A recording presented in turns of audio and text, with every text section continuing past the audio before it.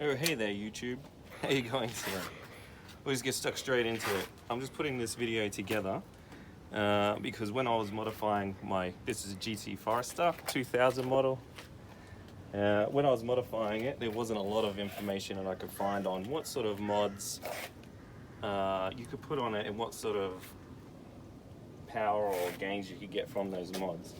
So to go through it, to start off with, we'll go through all the mods that are on this car.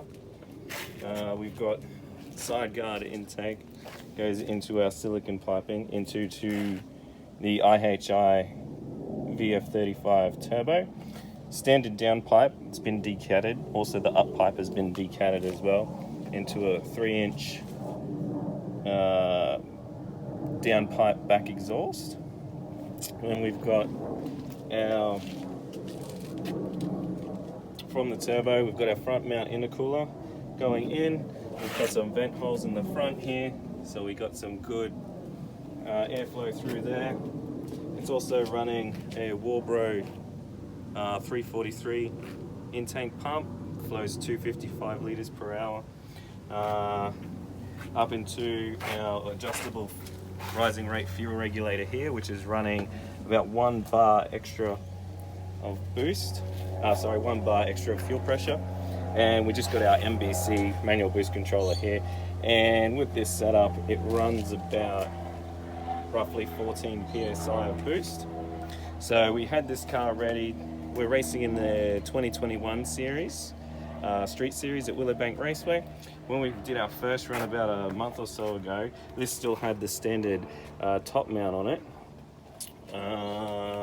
And it's still the up pipe that went to the turbo still had the catalytic converter in there. So we've pulled that off, we've decatted the up pipe, and we've put this front mount on because what we found is when we were waiting in line to do our runs, the top mount intercooler was actually getting quite heat soaked and our intake temperatures were up around 49 degrees just before we went to do our race.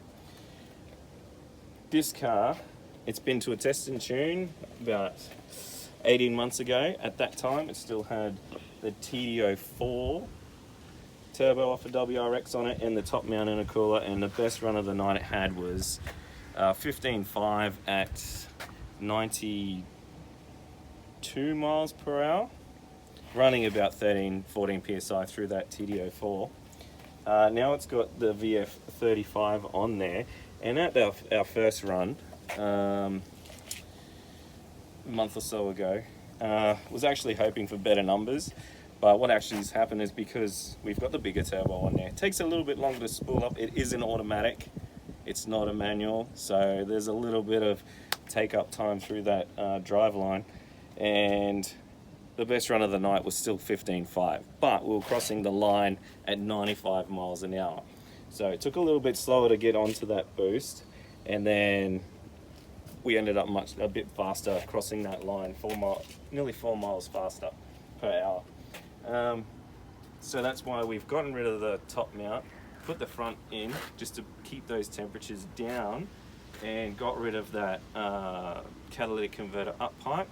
Hopefully that will give us a little bit more response because our 60-foot and 330-foot times are not great. I've seen other WRXs and that they cross the line around the same miles per hour, but they're getting better times. So around that 14-second mark. So we'll see how this goes on this coming Saturday. We're in round 2, and we'll see how this setup runs. And then if everything survives, because this car does have nearly 350,000 Ks on it, so the engine's probably a little bit tired. If it survives, there's no tune on this either. It's got the standard ECU running all these modifications. So between this Saturday, if it's all good, and round 3, we are looking to get it tuned at Diversion Garage. Hopefully they can help us, get a little bit more power, maybe get some better response before, or bring that boost on a little bit quicker. We will see, and we'll post up how this car went in round 2 with these mods, with no ECU tuning, as that was one of the things I was looking at when I was doing modifications to it, is whether or not you can do all this sort of stuff and how safe it's going to be. We've run the OBD2 reader on it, tracking the voltage of the front O2 sensor. It comes down to about 2.4 volts, which on volts to airflow ratio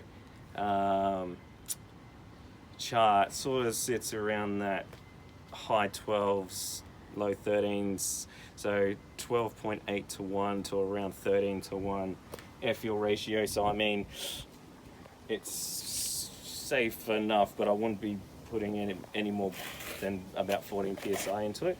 And we'll just see how it tracks. We might do a power run on it at diversion. We'll see what they say with the MBC before we plug in and tune the standard ECU. So that's it for now. I might put up a couple of pictures of when it still had the top mount, maybe some time slips, and a couple of the races we've done with it. And we'll see how Saturday goes, and we'll update you then. Cheers.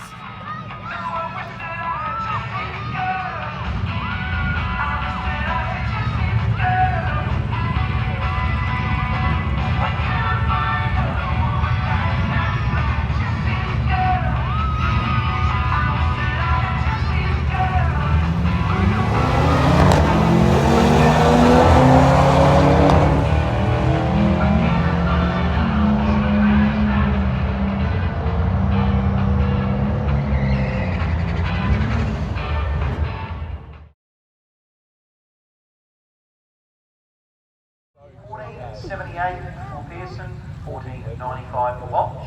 In keeping with the luxury boat, here comes the Ford version, a Fairlane.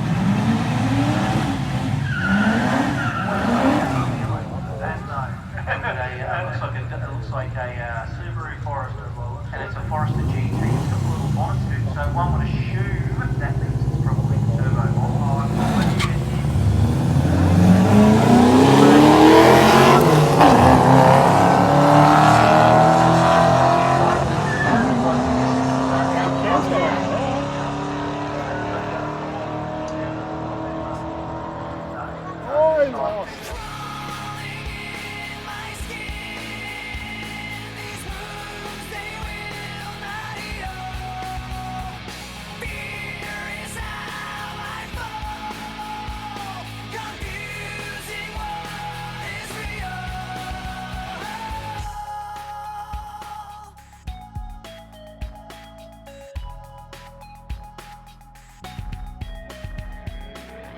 Something inside me that pulls beneath the surface, consuming, confusing. This lack of self-control I fear is never ending, controlling. I can't seem to find myself again. My walls are closing. Mate, when are you gonna have this car ready? Mate, it will be done when I say it's done. Kids.